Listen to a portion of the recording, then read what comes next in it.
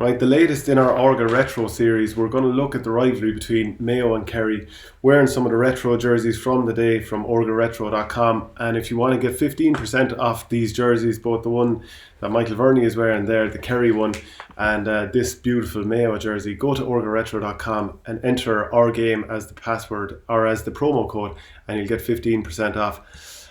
When you look at these two jerseys, Mr. Verney, what players do you think of? Where does it transport you to? I'm absolutely disgusted that you haven't shaved the beard and left the tash grow and went full Willie Joe Padden on this. Absolutely disgusted. It would be an insult to Willie Joe Padden if I attempted. Actually, I could cut up a pair of tights and put it on my head, but I think you normally wear the tights. I'm going to sidestep that little kind of slag of me. Willie Joe Padden of Mayo, definitely, and Paddy O'Shea bombing down the wing for Kerry is what comes to mind with the Kerry jersey. Like, all these jerseys are tasty, but I think these are the tastiest yet. Now it's actually hard to pick between the two. When you have them on, they're such a nice fit as well. When you have them on, it's even better. My club colours are green and red. I even have the old green and red hat here at home and everything, so I'm a bit sick I didn't get to wear that, but yeah, seriously tasty jerseys. Yeah, I'd actually, the first person that came to mind when I saw the jersey you're wearing is Jack O'Shea, just marauding through the middle of the field, big barrel chest, the whole lot, and yeah, it's hard to look past Willie Joe Padden for this great jersey. So we're looking at the rivalry and we're going to personalise it like we always do, who was the better player, and pick two kind of iconic figures, but we'll come to that a little bit later on. But when you think of this rivalry, what's the first thing that comes to mind? I mean, we were kind of talking about it briefly beforehand, and a certain little incident that happened in 2014 kind of came to mind, and it's that man himself, Mayo Mick. Yeah, like, actually, I didn't realise it until you delve into it, just how many different subplots there are. There's an amazing amount, and I'm sure we'll go into them all, but Mayo Mick is...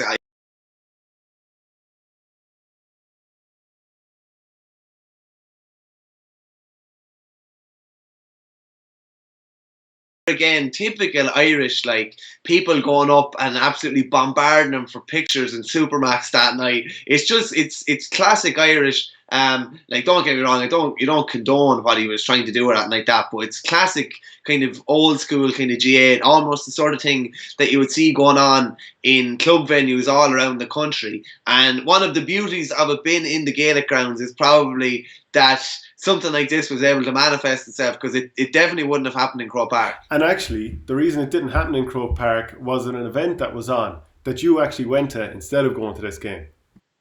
Yeah, not instead. I was bought tickets for this for Christmas. It was the meeting of, who was it, Notre Dame and Penn State. So Penn State beat them with a 36-yard field goal, as it says here on the match report, in front of 55-strong, raucous crowd at Croke Park. I don't know if it was a raucous crowd now, but it was an experience in itself. Kind of funny, you know, sometimes if you're watching a match or something in an unusual venue, you always remember it. I just remember watching, we nipped out at Croke Park, myself and one of the boys from Borough, as quick as we could, got out to the Spa Hotel, got a bit of grub, and that's where we watched the Kerry Mayo game, and the drama that unfolded. It's just, yeah, there's been some, when you go back through it, there's been some really brilliant games between them, and a crazy amount of draws, which you might go into a bit more. It's mad how many times they've drawn All-Ireland semi-finals. Yeah, I think it's like 4 All-Ireland semi-finals.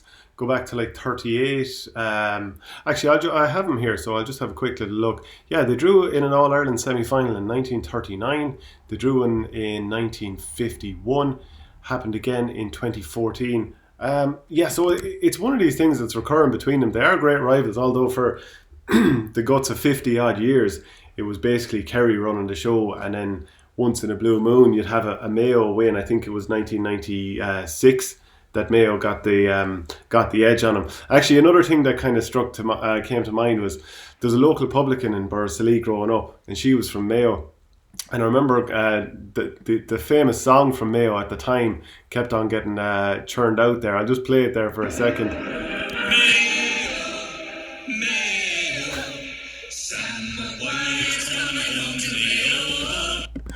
And the other thing at the time was, I think it kind of 1997. Then they were in the All Ireland final against each other, and there was some Kerry lad on the radio, and it was kind of put to him that Mayo come up with the best songs, and he quipped to some very cute Kerry whore sort of thing that we'll let them win the best songs and we'll keep winning the All Ireland. So I think Kerry still, even now, obviously still have that over them, because you're going all the way back to 51 for that last All Ireland for Mayo.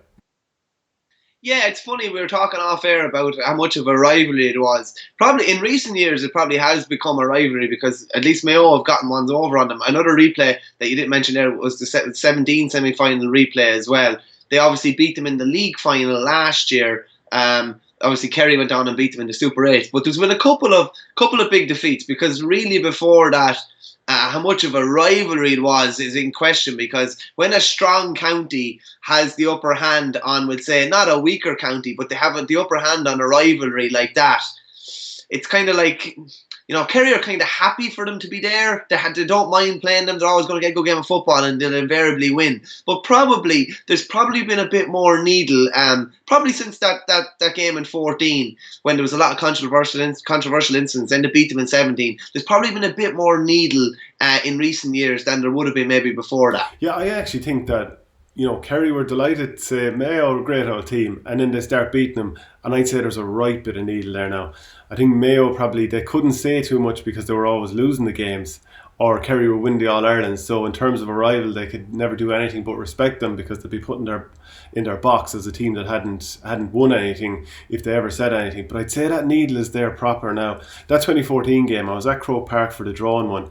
Mayo had it all but one, and of course with Donegal beating Dublin, I would say that was definitely Mayo's year to be winning an All Ireland. But of course Donaghy came on, caught a ball, gave it to James O'Donoghue.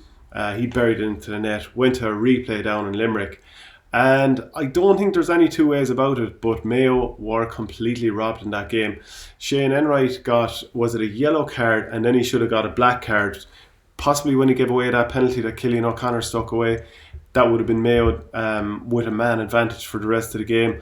I think Cormac Riley gave an awful lot of frees that Kerry people probably feel like they were fairly fortunate to win. David Moran gave one of the greatest displays of all time seen by a midfielder. I think he held possession somewhere between 30 and 40 times. It was absolutely stupid. Then Cillian O'Connor and Aidan O'Shea, they clashed heads. So obviously that was very unfortunate from a Mayo point of view. But it just felt like that was the year they left it behind them, and kind of Kerry got an All Ireland against the head.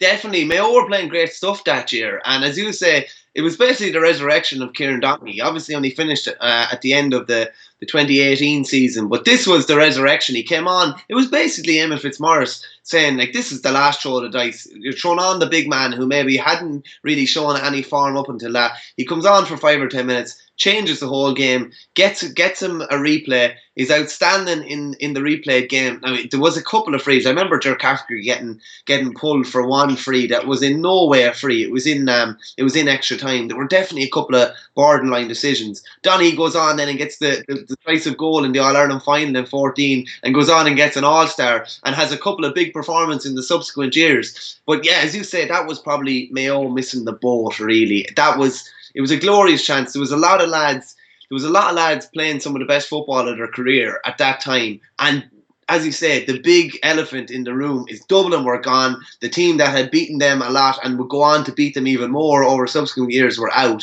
And I'd say that's probably the one that hurts most. I'd say obviously it sparked the end of James Horan's reign as well, 4 years in charge. And it was you did feel for him, because they were so close and yet so far, which has often been the case with Mayo, particularly in recent years. Absolutely. If we're to jump back to the last time that Mayo won an All Ireland, which of course was in 1951, and so much of the commentary since has talked about ending that famine. The only player that's still surviving as we record this now is Paddy Prendergast, who lives in Tralee, and I interviewed him a couple of years ago, and I know you interviewed him as well. Do you have a little excerpt from the interview there? I'll read out mine then just after. Yeah, there's just a couple of little bits. So the interesting thing about Paddy Prendergast is, like, his Mayo career might never have happened. He was actually kicking ball for Donegal at the time because he was living in Dunlow. And just this little excerpt from it is like, living and working in Dunlow while also togging out for Donegal, Prendergast had no desire to travel around the country playing for Mayo, and he declared for his native county with a certain degree of reluctance when requested. This is just a quote from him. We played Kerry in Tralee in 1947 and got a draw. We suddenly realised we weren't as bad as we thought, but I was as happy as Larry where I was, and I had no great hope at the time. We weren't going anywhere.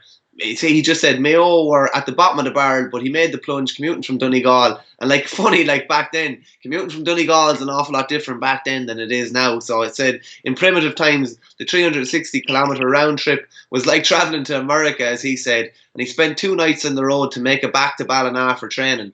But in fairness, during that time, he also said that unbreakable bonds were fostered in Mrs. Gahan's guest house, which was their overnight training base. As they went from no-hoppers to back-to-back champions in a couple of years. It just, a lot of people would have said in Mayo, even just chatting to people that were around back then and talking about the history of Mayo, one of the big things was getting someone like Paddy Prendergast back and having a big player. He was an unbelievable full-back.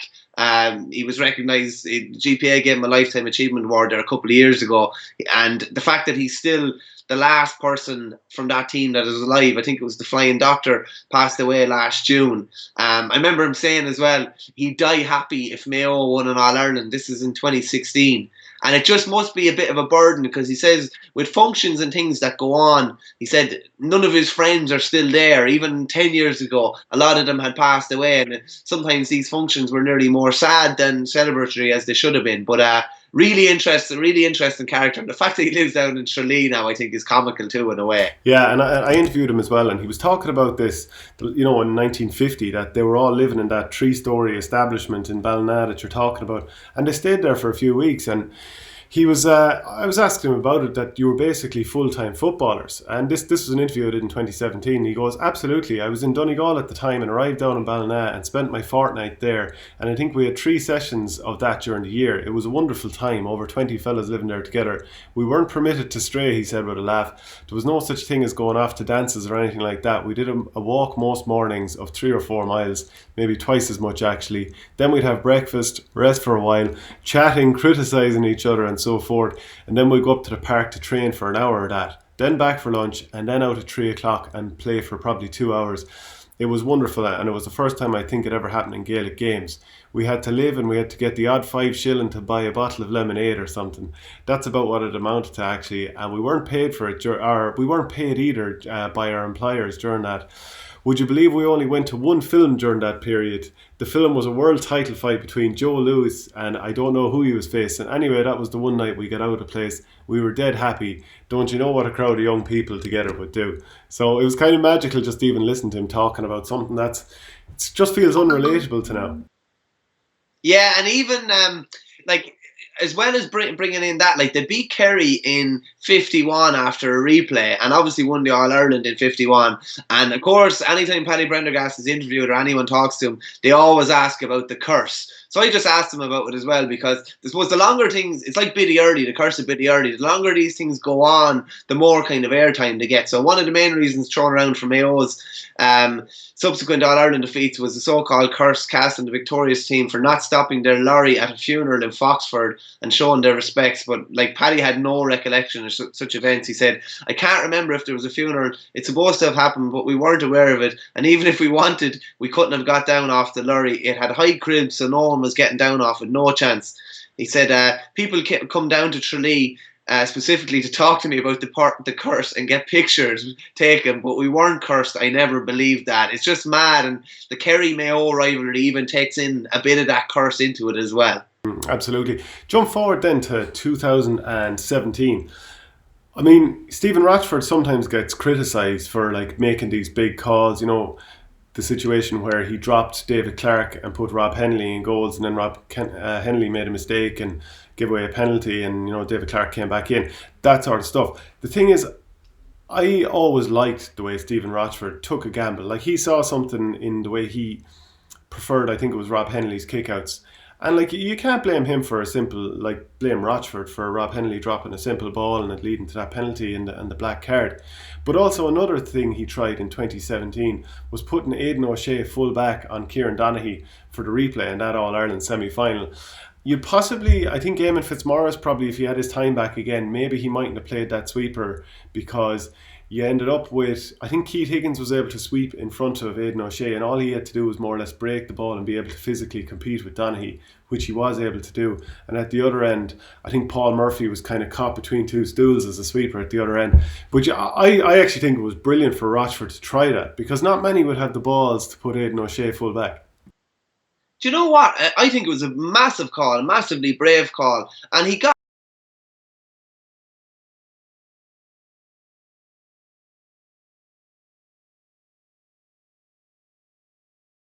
crack. The two big men on the edge of the square marking each other. One wearing 11 playing fullback, and the other lad wearing 14. It was a mad kind of scenario. But the first game, I think Aidan O'Shea's performance that day, the first day, was like overanalyzed to the death. I thought Donaghy came out from the square a couple of times. In fairness, cleverly brought him away from the square. Realised that's not where he wanted to be. He was in there to play on the edge of the square. And everyone said, "Oh, there's no way he'll do it again." And people were saying, "Oh, Rochford, he made the boo boo with Rob Henley," which to me, that he'd not really. He made the call, but what subsequently happened wasn't his fault. But he went with O'Shea again the second day, which was really, really ballsy. And Aidan O'Shea was brilliant. And Donaghy rarely got a sniff of the ball the second day. And Mayo won relatively comfortably. But I thought it was a really ballsy call. I love when a manager puts his head on the chopping block. He saw a problem that they'd no maybe natural fullback that could curb Donaghy. And he found a solution. And I thought that was class. And the drama that it created as well was brilliant. Absolutely. And then, of course, there's the league final last year. Mayo won that. A great rivalry. But jump back to 1997. And this kind of brings us towards our sort of clash of the icons. Ciaran McDonald was wearing number 13 on one side. Of course, I always think of him wearing the number 11 shirt. Maurice Fitzgerald wearing number 15 on the other side. That class, was it the Adidas jersey with the blue numbers and Kerry above it and the sort of blocky look to it. And Maurice Fitz lit it up that day. But if you had those two players, if you were to pick between Maurice Fitz or Conor McDonald, you're picking two lads who are currently selectors actually for their county sides. Who do you go with there? Because they're both class and they're both stylish, but people would probably say, "Oh yeah, Maurice Fitz because he won All Irelands," but it's not Conor McDonald's fault that Kerry didn't win All Irelands. They're just two class players. I think you're mixing up Wexford hurler Conor McDonald with Mayo's I Ciaran keep McDonald. doing that. I don't know what it is. I always call the wrong lad Conor and the wrong lad Ciaran. But anyway, I think people know what I mean. Ciaran McDonald or Maurice Fitz? Just on Maurice Fitz, probably what would tip the balance for Maurice Fitz for me is McDonald. There was a lot of brilliance and there was a lot of passes and some great scores. I just thought when Maurice Fitz was playing in general, the end product was probably a bit more consistent. He had all those touches, all the brilliance, the iconic sideline against Dublin in Thurles in 2001. That iconic, probably one of the best All-Ireland final performances I've ever seen in that 97 final against Mayo. He was outstanding. I remember him kicking, I think he kicked the sideline from his left foot underneath the Hogan stand that he had no right to do. Left or right, he was able to do it. Now, one of the pluses for Maurice would have been as well, he did have left and right. I don't remember Ciaran McDonald kicking too many balls on his right foot, as is often the way when lads are predominantly left-footed. Like Georgie Hadji is one that comes to mind. I don't think he rarely kicked the ball on his right foot. But Maurice Fitz would be for me, just because you were nearly guaranteed of the damage he was going to do on the scoreboard on a given day. McDonald, some of his work was maybe in more of a playmaking role, and he did get on the scoreboard too. But I just thought maybe with Maurice, it was just maybe a bit more consistent throughout his career. That thing with Maurice and that free you mentioned from under probably the Hogan stand, left foot curled it in beautifully. He was actually leaning back on the barbed wire. Well, I don't know if it was barbed wire at the time, but it was probably changed to normal wire because of what happened when John Power of Kilkenny cut his hand and needed 18 stitches in 1991, but they changed it around.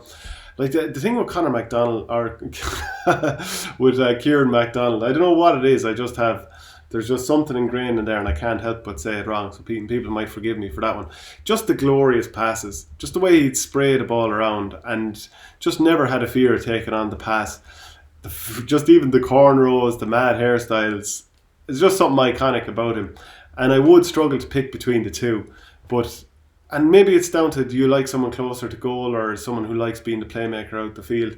hard to know, but they're both very iconic players. Is there anyone from the current teams actually now where you'd be thinking, is there any? There's probably no one who can compare with David Clifford. Definitely not. But between the two teams, is there anyone else that we might compare and contrast?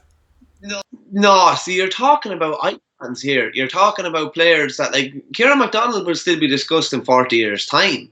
Do you know what I mean? Just for the sheer brilliance of some of the things. Like, remember the point against Dublin in 06, the winning point in the All-Ireland semi-final in 06. It was absolutely outstanding. It was a tight angle for a left footer even as well.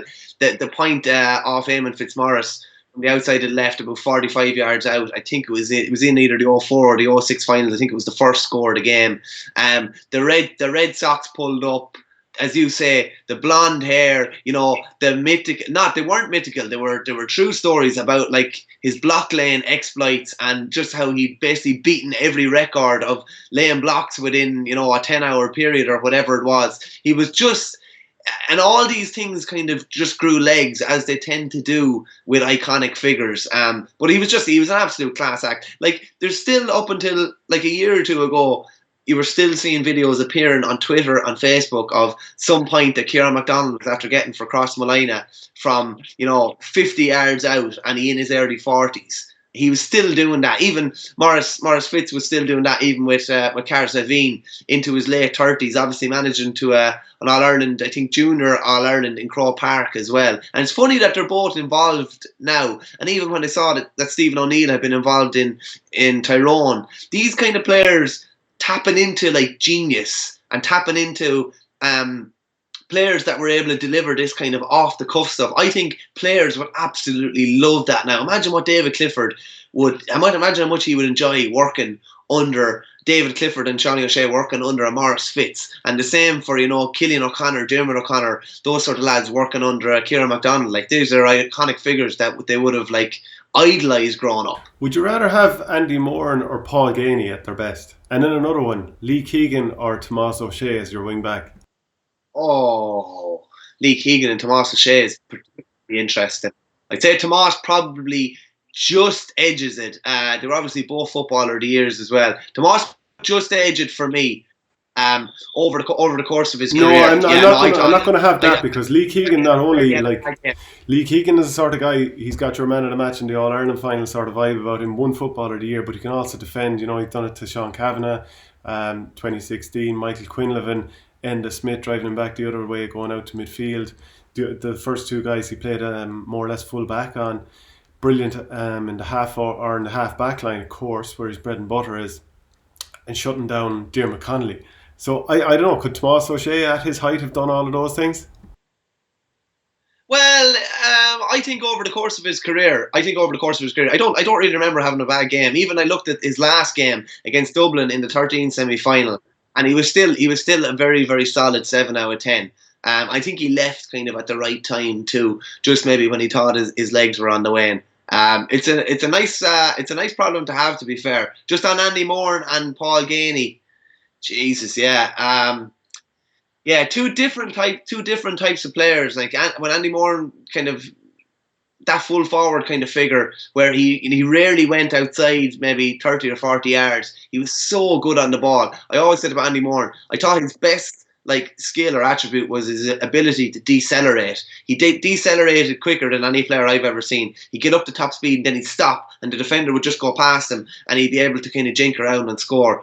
If Paul Ganey kind of continues the form of last year and is able to that last year's form was 2014 form, 15 form even as well, where he was nearly unstoppable, and 16. So he's still got a couple of years to catch up, but yeah, it'd be a nice problem to have picking between the two. Yeah, like the thing with Moran too is he did his cruciate in 2012, I think, during that season, maybe against Down at Croke Park. He went on to probably have his best years when he was into his 30s, and Ganey is still 29, and his form last year was unbelievable. Like, he started out brilliantly, All-Ireland final goal scorer in 2014, really good form for a few years, then maybe a little dip for a small while, but he's back as strong as ever. And I thought he was more or less, himself and Clifford, arguably the best players across the two All-Ireland. Certainly when things were going against them, he was the man coming up with the scores, coming up with the blocks.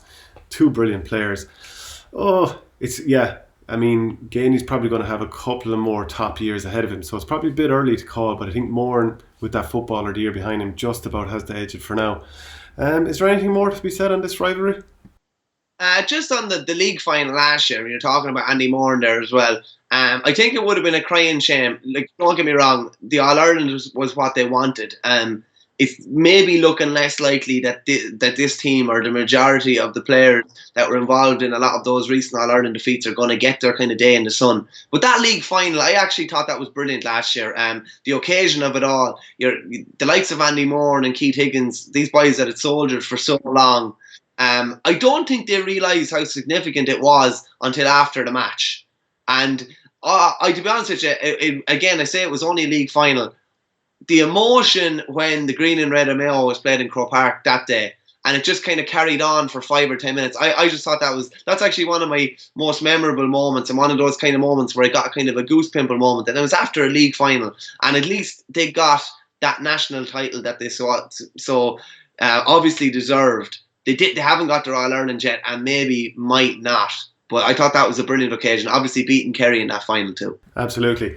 So if you want to, that's it for this episode of Orga Retro Rivalries. If you want to get these jerseys or any other ones, go to orgaretro.com and don't forget to put in our game as the promo code and you get 15% off the jerseys.